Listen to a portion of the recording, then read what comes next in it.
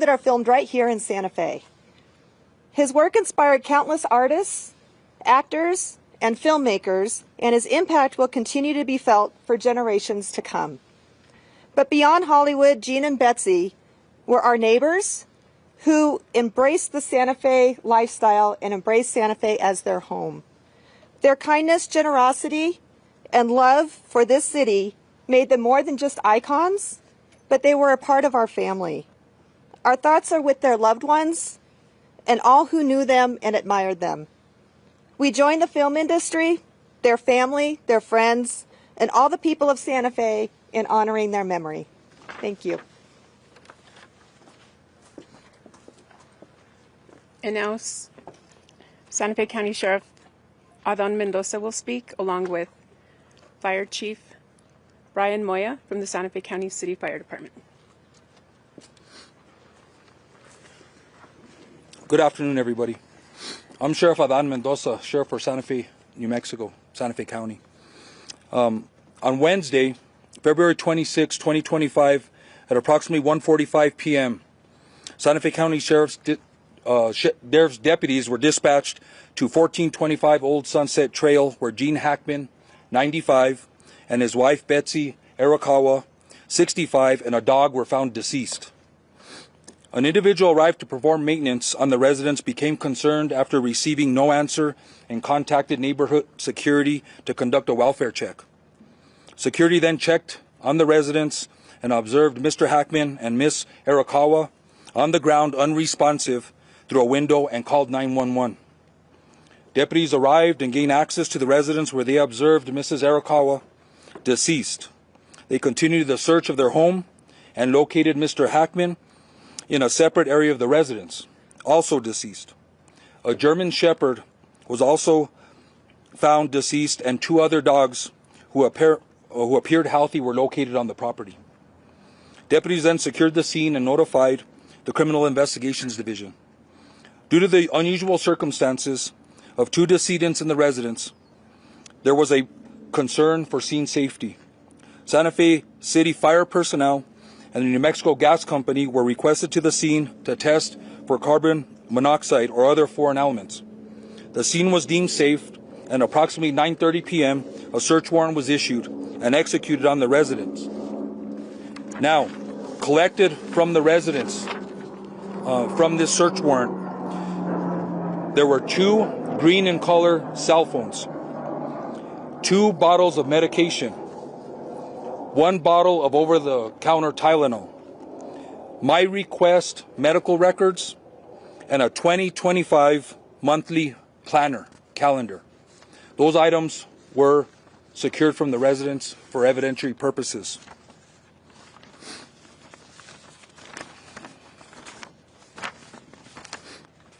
The Santa Fe Animal Control Division worked with family to ensure the safety of the 2 surviving dogs.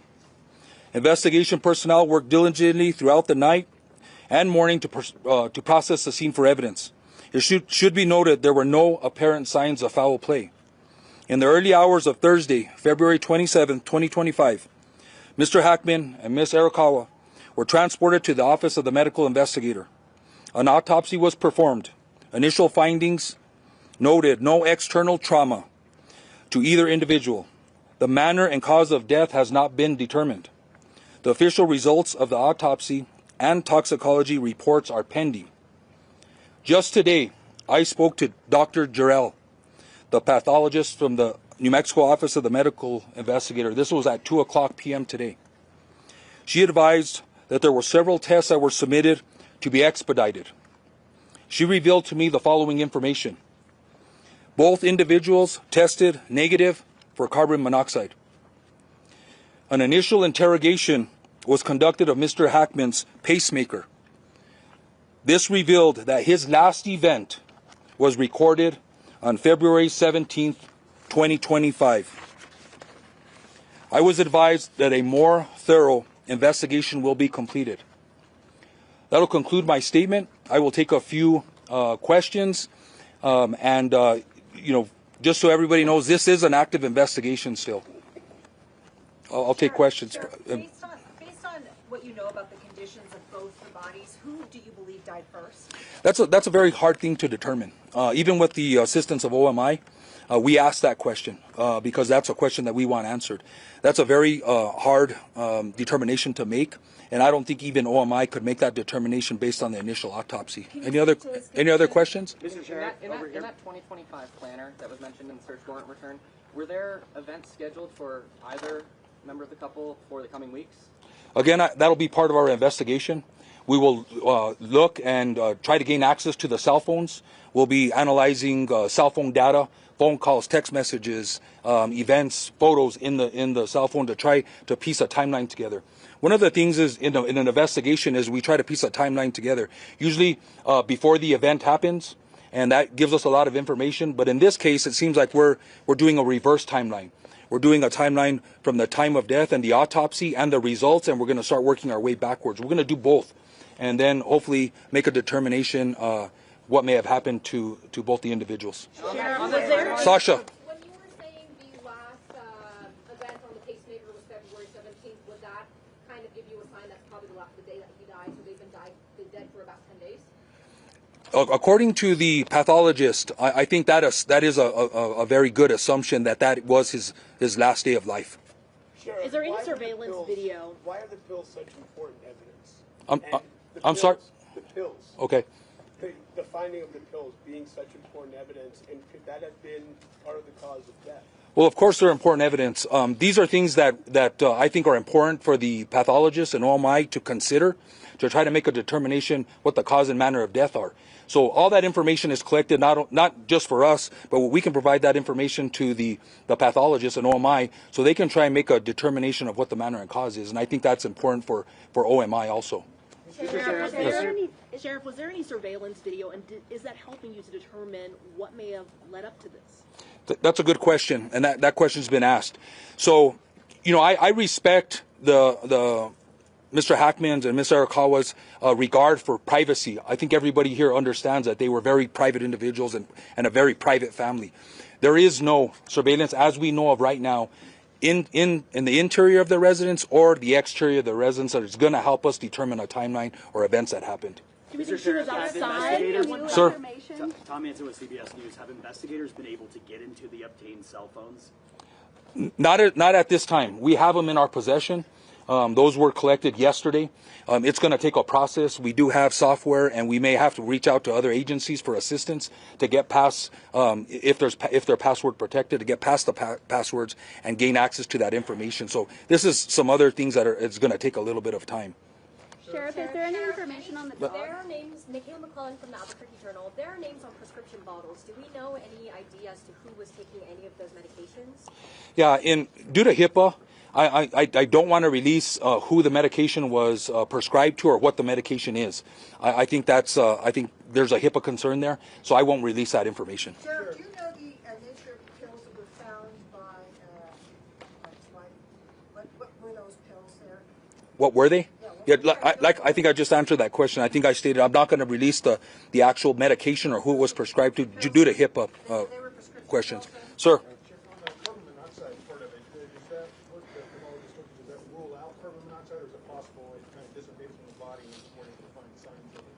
I think that's a question for the pathologist. It's with that information, I'm assuming that at the time of death that they were negative for carbon monoxide, which means to me that that is possibly ruled out. That's another conversation I think that we will have with the pathologist and OMI to make sure that that's still not indication, but it sounds like that's ruled out. Were there any signs that Betsy was under any form of distress? I don't have that information. Again, I didn't personally see the individuals, so there's no indication that there was any stress. There was no indication of any of that I can tell or that I can share, unfortunately. Hold on. Anybody else? I know you've asked a question, ma'am. Sheriff, was there any significance to the space heater being located near her head, that detail, and any more information about how the dogs died? No, I don't think the space, now that we've ruled out carbon monoxide, unless there's something else that comes back in the toxicology report, that we have to look. We're going to look at everything, right? We have photographs. We've documented everything that was close to the body in the room. Then we'll look at that a little closer. But right now, there's no indication that has anything to do with it. Were you able to determine whether they fell or not? Like, was there any trauma evidence on the bodies to suggest a fall?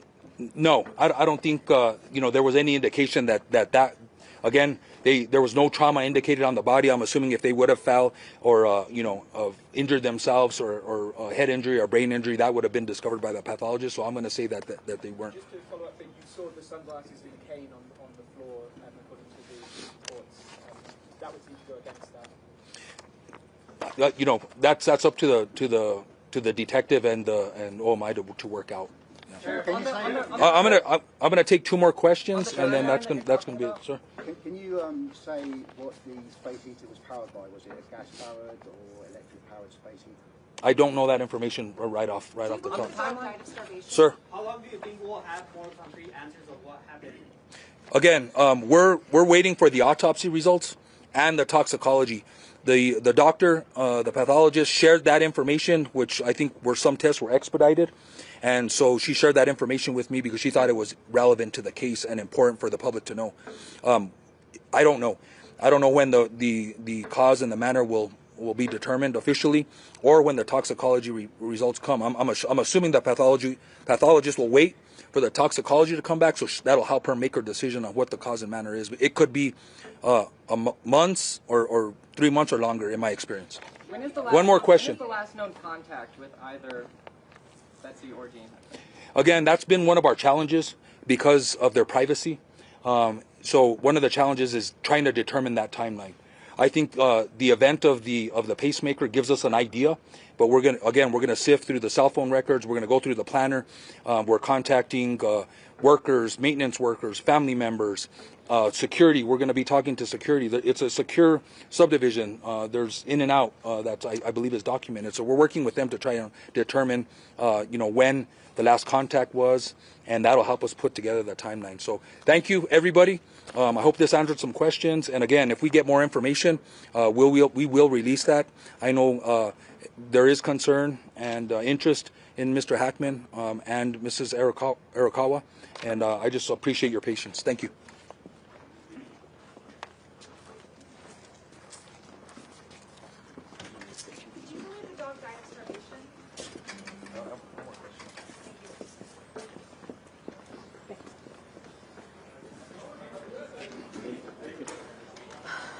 They skipped over the fire chief.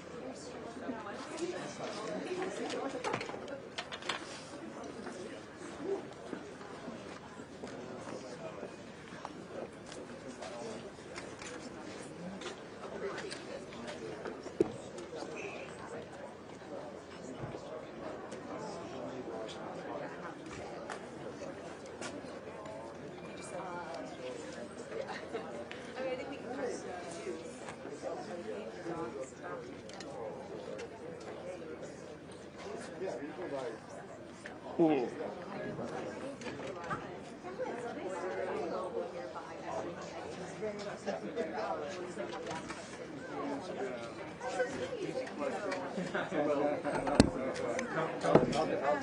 Yeah, okay.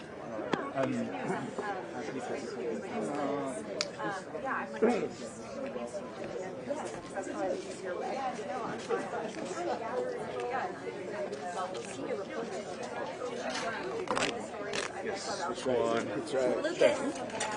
That's it. Yeah. And the law. Well, just use our cameras. So we're not doing. Never mind, Patrick has his.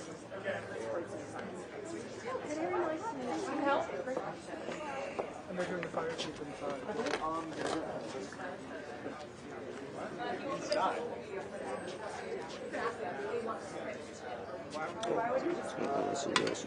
Do I come?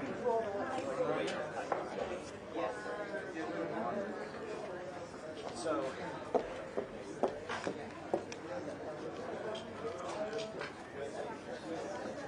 Where do you guys think?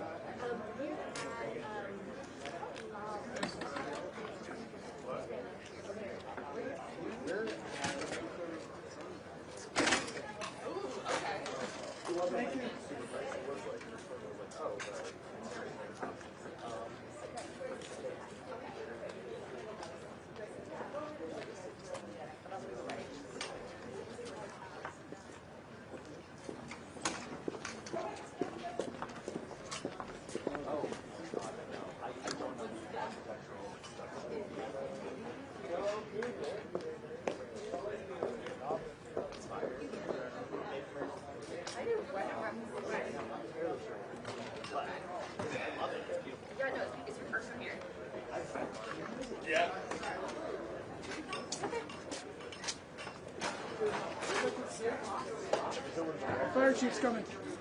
Fire chief's coming. Fire chief? I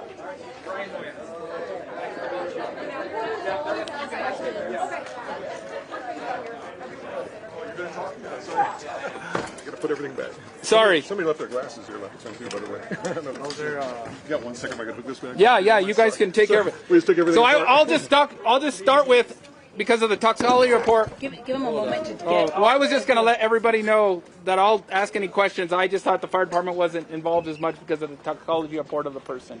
But you guys can ask me some questions. What's the scope of the questions you're going to answer? Let me just introduce you real quick. Okay. Okay. So we'll go ahead and take some questions from Fire Chief Brian Moya. The fire department was the first responding agency. When they entered and saw one of the deceased, they called the sheriff's department and waited for the sheriff's department to respond. So the scope of what Fire Chief can speak to is specifically that initial response, not the investigation, but the testing when we were talking about the carbon monoxide. So Chief will be able to answer those questions as far as what has his department tested, how often, and when. Yeah, Chief, talk about that. Yeah. So what we started with on the day of the event was we wanted to make sure our people were safe. So we did use our monitors from the Santa Fe Fire Department. We monitored throughout the house the whole time while we were looking for the second victim. And we made sure that it was safe for the Sheriff's Department and the Fire Department to be in the house during that time. So that's what we were mostly monitoring for. To add to that, yesterday we did go back again at the request of the Sheriff's Department to do another monitor to make sure that they were safe for them to do it again. So we did not pick up anything on our monitors, the Santa Fe Fire Department's monitors at all. As first responders, you often, come to these scenes. We know 2 dogs survived. Any indication on how they were able to survive more than a week? Yeah, so the door to the back side of the house was open from what my paramedics told me. So I think they were able to go outside a little bit. I don't know about food. That was not part of what I was able to see or do. Water? That I don't know either. But they were able to go in and out of the house through an open door in the back side of the house. Chief, given that the firefighters were first on the scene, I know that the 2 dissidents were found in different rooms of the house, but do you know how far away they were? I don't know how far they were. They didn't give me that information. And then, this might not be up your alley, but do you know what tests are being run on the dog who died? So that would have to be asked to the sheriff. Yep. Yeah, that's out of my wheelhouse, sorry.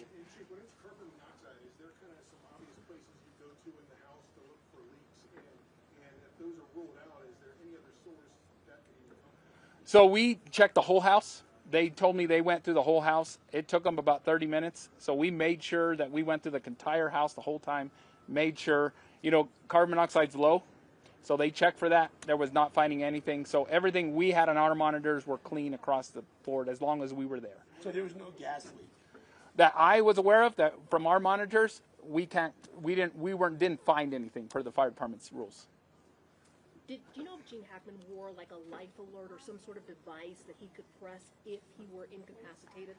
Nobody told me that information from what I gathered from my team. From what your team did gather, was there any indication that the pills that were found there was an attempt to take those pills? Yeah, that wouldn't be part of my team's investigation. Our team saw that there was deceased, there was no life-saving measures, and that was what we did as our team. We didn't have anything involvement in that part at all. Are there any other gases that would be in a house that could have the effects of like carbon monoxide? Yeah, so we have our meters do multiple readings across multiple spectrums. I won't go into that details, but none of our meters picked up anything in the house. So all of our meters were 0 across the board, And so that was clearly done, and that was mostly for our safety too. Was the sheriff's department was there for a long time, the fire department was there for a long time. We wanted to make sure our people were safe and there was no hazards in the room. Yes, ma'am. You said that the doors were open. Would we be able to find any indication of carbon monoxide if the doors were open still? So if there was that big of a leak, we could have happened. I think the problem was we don't know how long they were down for. So it could have been, I would probably, in my instance, if it was a propaned house, maybe the propane would have ran out by then, but it was natural gas. And, you know, that's a metered thing in that neighborhood, so it could have ran. So per our determination, I don't think that our meters would have picked something up if we would have still had a leak in there. Thank you. And Chief, is it possible they could have been exposed but it not show up later on? That would have to be pushed to the sheriff's department. I wouldn't know that detail. I'm sorry. Was it your firefighters who found the deceased dog in the closet? The sheriff's department found that. Okay. So Yeah. we don't know if that door was locked or unlocked? We don't. That was all in the sheriff's department. My team, they went in, found the first victim, waited until the sheriff's department arrived. They stepped back out. Then they found the second victim. Once we did our determination that the fire department wasn't needed besides doing the gas detection, then they released us from the scene. So we were not there more than maybe an hour and a half total, and then the fire department was released back to work. The warrant mentioned mummification for these victims. Was the decomposition similar for both, or could you tell that one may have died before the other? I will let the sheriff answer that question. I'm a lot more restricted on the HIPAA rules than the sheriff's department is, so I would have to let the sheriff answer that question. Can you just describe what mummification means, though? Like what that looks like when you... So if somebody was down for a long time, you know, their hands could be blackened and stuff to that nature. They could have no eyes. The eyes could have been gone by that time if it's been that long of time ago. There could be no smell. It could happen. So my indication is we don't know how long they were down. My team's main focus was to find out that they were deceased. There was no further stuff that we could do. If any opportunity to bring them back alive, that was not happening, and so we wrote it up that way. You've been in the fire department for a long time. Can you explain to us or educate us how long does it take when someone has passed away that the mummification or the rigor mortis start, just so we can get an idea? It would be over 2 weeks. Yeah, I've been with the department a long time, so yes, it would be that. Any other questions for me? Do you have any information on the square footage of the house? How many rooms, bathrooms, that kind of thing? All that my team told me was it was very large. It was not an easy house to get through, and it took a long time to find all the rooms. So it was not something a normal house most of us live in that can be done in 5 or 10 minutes.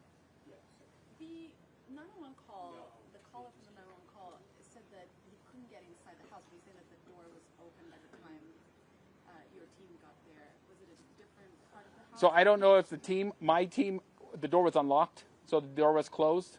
So my team opened the door, saw the victim, stepped back out and waited till sheriffs arrived. So he might not have tried the door like we did. So that's what we did first. Our team was safe enough that they thought it was safe enough to enter the home because they could see through the window. So my team can assume that they could enter when they opened the door. We tried it before we pry. The fire department are a little more manly. We just break doors down. We tried it. It opened. They saw them, and then they stepped back and waited. But you said that the doors were open, so the dogs were going in and out, so the door would have to be open. So there was a different door farther down in the home that was cracked open that the sheriff's department found farther in the home, not the main front door. Do you plan to investigate any of the other residencies in the area to see if there's any other concerns with carbon monoxide or anything? So what we will do is that would be a 911 call. So somebody would have to call our home, or let us know that we would like to be checked out. We do that. That's part of what we do as the fire department in Santa Fe. But they would have to call us. We wouldn't just knock on somebody's door and say we'll check up carbon monoxide, but they would call for us. Any other questions for me? Yeah, thank you guys. Sorry I didn't answer earlier. I figured you didn't want to talk to me once the toxic quality report came out. So thank you. Yeah, thank you.